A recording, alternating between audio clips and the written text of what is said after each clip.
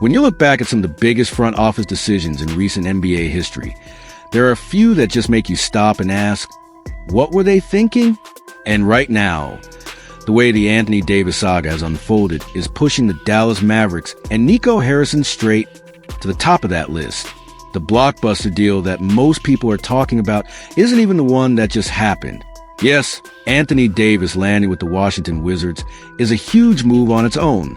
But the reason it's getting so much extra heat is because it throws a harsh spotlight on what Dallas did just over a year ago, sending Luka Doncic to the Los Angeles Lakers for Davis in the first place. Once you lay out what's happened since, it really starts to look like the Mavericks tore apart a generational core for a short-term gamble that never even got off the ground. Think about the scale of that original trade. Luka wasn't just Dallas' best player. He was their identity, their future, their ticket to relevance for the next decade. You don't often see a franchise willingly move on from that kind of cornerstone, especially at his age and production level. But that's exactly what the Mavericks did when they decided to bet on Anthony Davis as the centerpiece of a new era. On paper, you could kind of see what they were chasing. A healthy AD paired with Kyrie Irving and top prospect Cooper Flag had the outlines of a so-called super team in Dallas. A front-court star who can dominate both ends, an elite offensive guard in Kyrie, and a prodigy in Flag to grow into the role. It's the kind of big three that gets talked about for months on TV shows, gets labeled as unstoppable, and sells a ton of jerseys before they even play a game together. But basketball isn't played on paper, and it definitely isn't played on hype videos. The reality of the Davis era in Dallas was flat and honestly kind of brutal. He suited up for only 29 games in a Mavericks uniform. In those games, Dallas stumbled to a 16-13 record.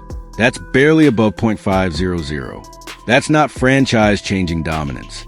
That's not what you trade away Luka Doncic for. In the meantime, while Dallas was dealing with a banged-up star and trying to rework its identity again, Luka was out in Los Angeles reminding everyone why he should have never been touched in the first place. With the Lakers, he's become the league's current scoring leader and already stacked up 29 games with at least 30 points this season alone. He grabbed the Western Conference Player of the Month award in January. Night after night, he's the engine of everything they do. You don't have to be a cap expert or front office insider to see who got the better end of that original swap. Dallas ended up with a star who barely saw the floor and is now gone to Washington. The Lakers ended up with a player who looks like an MVP favorite and a long-term face of the franchise. That's why people are calling this a historic blunder. It's not just that it didn't work out. It's that it erased what could have been a decade plus of contending around Luka in Dallas. And now, with Davis officially moved again to the Wizards, that short-lived dream in Dallas of AD Kyrie. Cooper Flag is basically locked in as an all-time what-if. Fans will always wonder what that trio could have looked like at full strength. But the league doesn't hand out banners for hypotheticals. You either win with the players you have, or you don't. The Mavericks didn't, and now they're back at the drawing board while the guy they drafted is shining in purple and gold. What makes this whole situation even more fascinating is how Luka himself is talking about it now that he settled in Los Angeles. He recently went on the Cousins podcast, hosted by Hall of Famers Tracy McGrady and Vince Carter, and they hit him with a question that sounds simple on the surface, but says a lot underneath. Out of everyone he's ever played with, from Slovenia to Real Madrid to the NBA, who did he feel the best on-court chemistry with? He didn't hesitate. Luka said the teammate he clicked with most was Kyrie Irving. For Lakers fans who are all in on this LeBron-Luka partnership, that had to sting at least a little bit. He didn't mention LeBron James, who he's now sharing the stage with in LA. He didn't shout out any of his Real Madrid guys. He didn't even go with someone like Jalen Brunson, who he played a ton of minutes with in Dallas, and who's now thriving in New York. He went straight to Kyrie. And if you watch that final full season of Kyrie and Luka together in Dallas, you kind of get it. They made the finals. They played 87 games side by side. Offensively, it often looked like a cheat code. Two elite ball handlers who could both score and create, forcing defenses to pick their poison every trip down. When they were healthy and locked in, they had that rhythm you can't fake. They'd feed off each other's timing, space the floor perfectly, and take turns closing games. For a stretch, it really did feel like they were running a near-perfect offense. What's wild is that Statistically, Kyrie doesn't even show up at the top of the list of players who've logged the most minutes or games with Luka over his career. Guys like Dwight Powell, Maxi Kleber, Dorian Finney-Smith. Those are the names that pop out when you look at sheer volume in a Mavericks uniform. Jalen Brunson saw the floor with him in 255 games. Kyrie's total with him is nowhere near that. But that's what makes Luka's answer so telling. His choice isn't just about how long he's played with someone. It's about how right it felt when it was working. Hearing him skip over LeBron in that particular answer is also interesting, but it doesn't necessarily mean there's something wrong with their partnership. LeBron and Kyrie already have their own legendary chapter from Cleveland's 2016 title run. Luka came into that dynamic later. He's still building his book with LeBron now, and it might end up being just as iconic in its own way. But emotional memory is powerful. That Dallas run with Kyrie, before the trade shattered it, clearly left a mark on him. The podcast conversation didn't stop there, though. McGrady and Carter also pushed Luka to open up about how it felt to be traded away from Dallas. This is the stuff fans don't always get to hear, because players usually keep it businesslike in front of a microphone. Luka dropped the guard a little bit. He admitted that the move hit him hard. He said, plain and simple, that the trade was terrible for him emotionally. He genuinely thought he'd be in Dallas his whole career. Think about that for a second. We're talking about a guy who was drafted there, became a superstar there, built his name and fan base there. For him, the Mavericks weren't just a stop on his resume. They were home. To wake up one day and realize that the front office decided to go in a different direction, ship you out, and break up what you thought was a long-term partnership with Kyrie. That's jarring. It also gives you a new angle on how short-sighted that move looks now. From the outside, fans see trades as numbers and assets on a sheet. From the inside, these are people who put everything into a franchise, only to find out they're just one more piece in a desperate swing, as a lot of people have labeled that deal. And when you step back and compare where everyone is today, the contrast is pretty stark.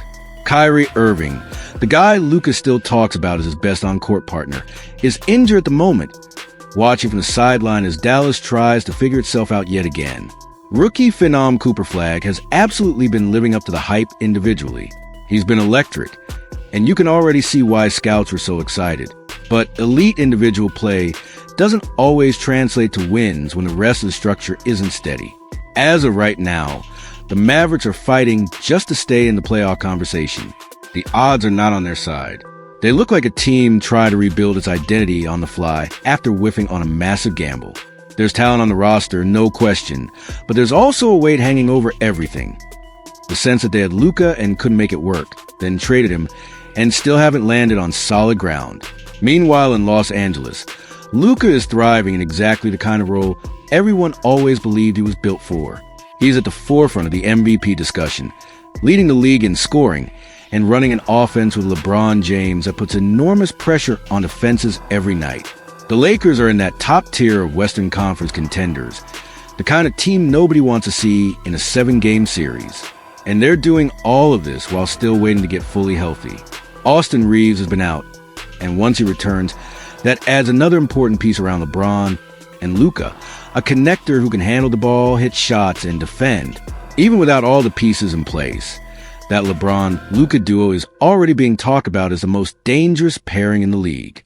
Two elite playmakers, two guys who can create their own shot, two basketball minds who see the floor differently than almost anyone else. Yet even with all that success, and with a very real shot at both an MVP and a title run in his current home, Luka still took the time to highlight Kyrie when he was asked about chemistry. That says a lot about the way players think and feel beyond what we see on box scores and standings graphics. For Dallas, this whole sequence, trading Luka for Davis, getting a short stint out of AD, watching him leave again, seeing Luka explode in LA, listening to him talk about how much he loved playing with Kyrie, is going to be a painful case study for a long time. It's the kind of decision that defines front office reputations. Nico Harrison and the Mavericks didn't just swing and miss. They swung, missed, and accidentally handed their best hitter to a rival in the process. For the rest of the league, and especially for fans of women's basketball who pay attention to how franchises handle their stars, there's a bigger lesson in all of this. You can't fake long-term vision. You can't shortcut chemistry. And you can't treat a generational player like a short-term experiment without consequences. Dallas had something rare with Luka, built something special with Kyrie, and now they're watching that magic play out somewhere else. The ripple effects of the Anthony Davis trade to the Wizards just made all of that impossible to ignore. Instead of remembering AD as a guy who led a turnaround in Dallas, fans will remember him as the piece the Mavericks got for Luka that never panned out and then left. Instead of big three in blue and white, we're talking about an MVP candidate in gold and purple, a rehabbing star in Dallas, and a rookie trying to carry a franchise that can't stop rewriting its own plan. And through it all, Luka Doncic is being very clear about how he sees his journey so far. Grateful for success, honest about the pain of leaving Dallas, respectful of